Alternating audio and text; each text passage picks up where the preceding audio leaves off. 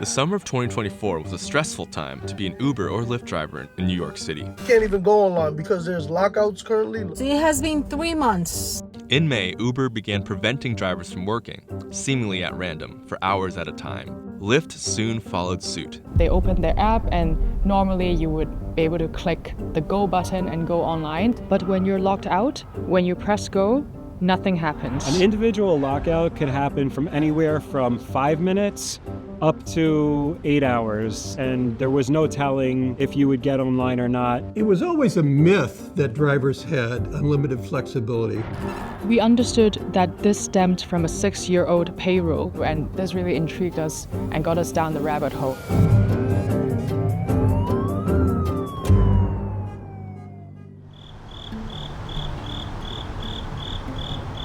I started driving for Uber to be able to work at my own schedule because I went through a lot of trauma with a divorce. I was a mess emotionally. My typical workday starts at 6 a.m. I usually am busy until 11 a.m.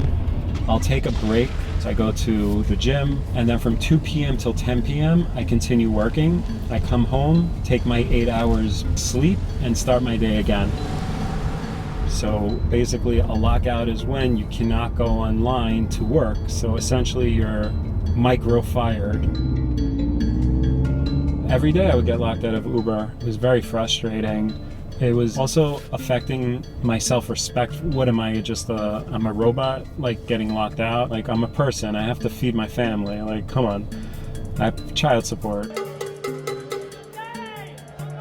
In June, we heard that this group that is representing thousands of drivers in New York City is organizing a protest in front of Uber's offices in downtown Manhattan.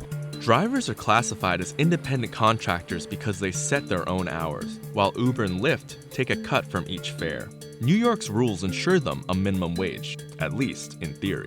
We definitely know based on Uber's messaging to the drivers that they're trying to respond to this minimum wage requirement in the city. That really set us on the path of answering why, what is driving their decisions behind this. And we came up with this idea of creating a WhatsApp bot that has an automated chat conversation and allowed drivers to send us screenshots and answer a few simple questions. We got more than 7,300 screenshots from more than 800 drivers. We interviewed close to 120 drivers, and by the end of it, we had a pretty good idea of how these lockouts work. Lockouts happen every hour of the day, every day, and that's despite Uber saying their particular schedule of open access times where people shouldn't be locked out. We found that there were more than 400 instances of lockouts happening in surge zones, so there's definitely potential impact there on consumer pricing. A lot of people, through our interviews, we learned that they are working way beyond their usual hours to try to make what they made before.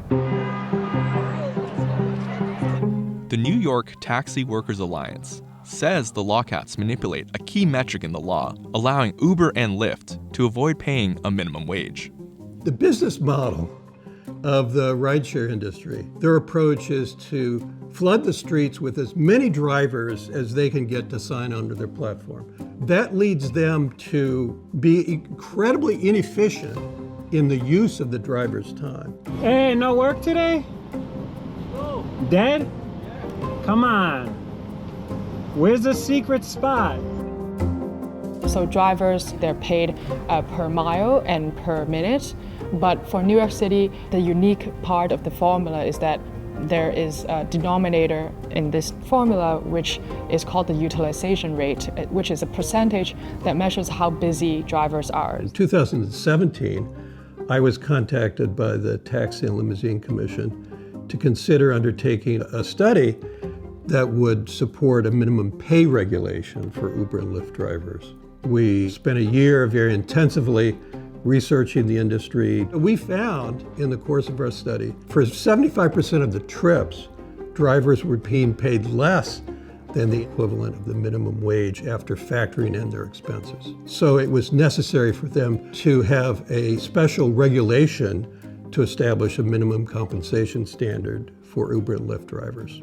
The formula that determines driver pay takes into account how often drivers actually have passengers in their cars, with a number called the utilization rate.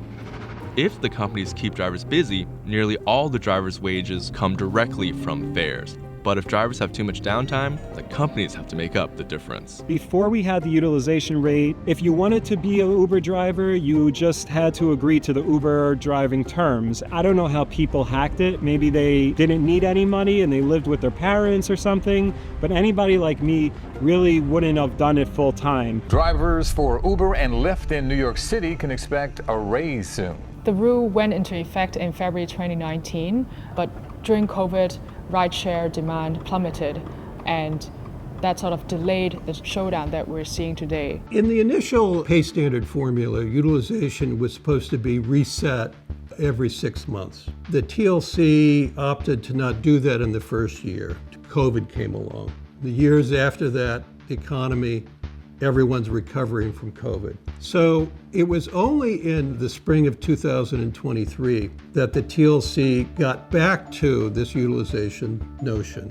The current utilization rate is set as 58%, so we can think of it as out of 100 minutes that drivers are on the road, 58 minutes of that is spent with a passenger in their car, and 42 minutes of that is spent driving to the passenger and just waiting for a ride to be sent to them. And with recovery of rideshare volumes, the regulator is revisiting how the formula is calculated and trying to understand how it is going to work by its original design. You are forcing companies to make a decision to lock out. Through July of this year, industry-wide utilization clocked in at 53%.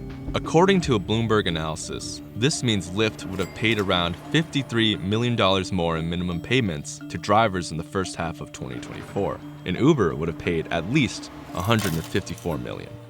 So after 2 months of lockouts and at least 2 protests by the drivers, the city and the 2 companies came to an agreement in late July saying they would reduce lockouts. Uber has stopped lockouts as of early September, but Lyft is still doing it. The fight over lockouts shows how challenging it is to protect workers in the growing gig economy.